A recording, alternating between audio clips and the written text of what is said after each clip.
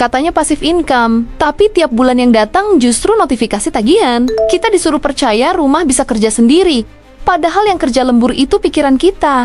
Brosur pamer tenang, konten motivasi pamer senyum, tapi dompet kita yang disiapkan buat tahan banting. Di negeri mimpi bernama investasi instan, yang paling cepat panen seringkali bukan kita, tapi mereka yang jual mimpinya.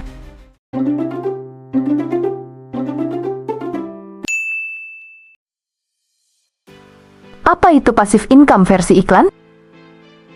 Passive income digambarkan seperti uang yang datang sendiri tanpa perlu banyak campur tangan. Properti kecil-kecil diposisikan sebagai mesin uang yang aman, stabil, dan cocok untuk siapa saja. Kita ditunjukkan grafik yang naik, cerita yang rapi, dan testimoni yang terdengar seperti jaminan hidup tenang.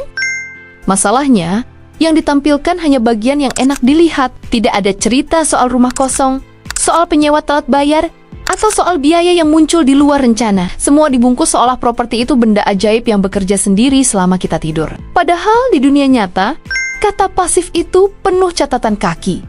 Ada waktu, ada tenaga, dan ada emosi yang ikut terkuras. Tapi bagian ini jarang jadi bahan promosi, karena yang dijual bukan realitas.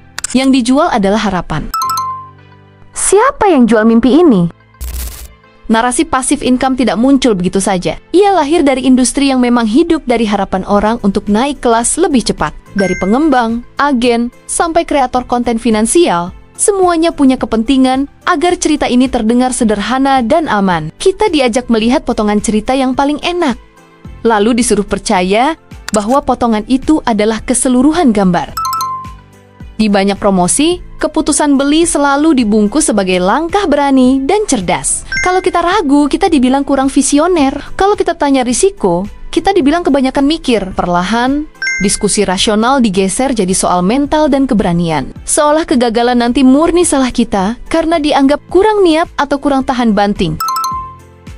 Di titik ini, sistem bekerja sangat rapi. Yang dapat hasil di depan adalah mereka yang jual unit, jual kelas, dan jual cerita sukses. Mereka tidak perlu menunggu bertahun-tahun untuk merasa aman. Sementara kita baru mulai masuk ke lorong panjang bernama cicilan, perawatan, dan tanggung jawab yang tidak bisa dibatalkan dengan satu tombol. Biaya yang sering disembunyikan. Banyak orang baru kaget setelah beberapa bulan berjalan. Ternyata punya satu unit berarti siap menanggung serangkaian pengeluaran yang tidak pernah berhenti. Mulai dari urusan kebersihan, perbaikan kecil yang datang berkala, sampai kewajiban administratif yang tidak bisa ditunda. Semuanya pelan-pelan menggerus ruang napas keuangan. Masalahnya, pengeluaran ini tidak selalu datang di waktu yang rapi. Kadang muncul bersamaan saat pemasukan sedang seret. Di situ kita dipaksa memilih, menutup lubang yang satu sambil berharap lubang lain tidak ikut terbuka. Dari sini terlihat jelas, ini bukan sekadar soal dapat uang tambahan, tapi soal kemampuan bertahan menghadapi biaya yang terus muncul. Risiko yang tidak pernah viral. Di luar hitungan biaya rutin, ada faktor ketidakpastian yang tidak bisa dikunci dengan rencana di atas kertas. Kondisi bangunan bisa berubah, lingkungan bisa bergeser, dan masalah bisa muncul tanpa tanda-tanda awal yang jelas. Semua itu membuat kepemilikan aset jauh dari kata tenang. Saat situasi tidak berjalan sesuai harapan, dampaknya bukan cuma ke angka di catatan keuangan. Waktu, energi, dan pikiran ikut terkuras untuk urusan yang sebelumnya tidak pernah dibayangkan. Di titik ini, banyak yang mulai sadar bahwa yang dihadapi bukan sekadar peluang, tapi juga rangkaian risiko yang harus ditanggung penuh. Dampak ke kehidupan sehari-hari. Ketika keputusan finansial mulai berbenturan dengan kebutuhan hidup, yang berubah bukan cuma isi dompet, pola hidup ikut menyesuaikan, rencana pribadi ditunda, dan banyak pilihan kecil harus dikorbankan demi menjaga satu komitmen tetap berjalan. Hal yang awalnya disebut peluang, pelan-pelan berubah jadi pusat gravitasi yang menarik semua perhatian dan energi.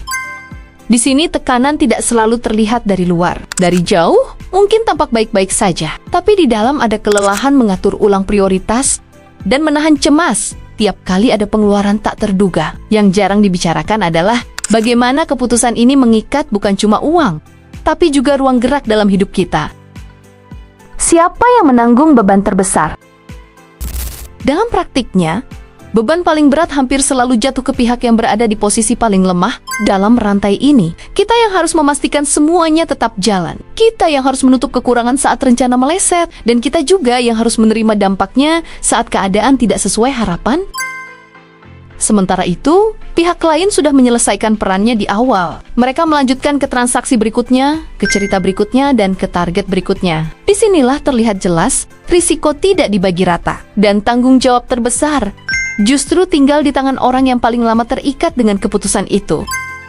Sekarang pertanyaannya, kita ini sedang membangun aset atau sedang membeli mimpi yang dikemas rapi? Kita benar-benar paham risikonya atau cuma ikut arus karena takut ketinggalan? Di sekitar kita, berapa banyak yang terlihat sukses di luar tapi diam-diam ngos-ngosan di dalam?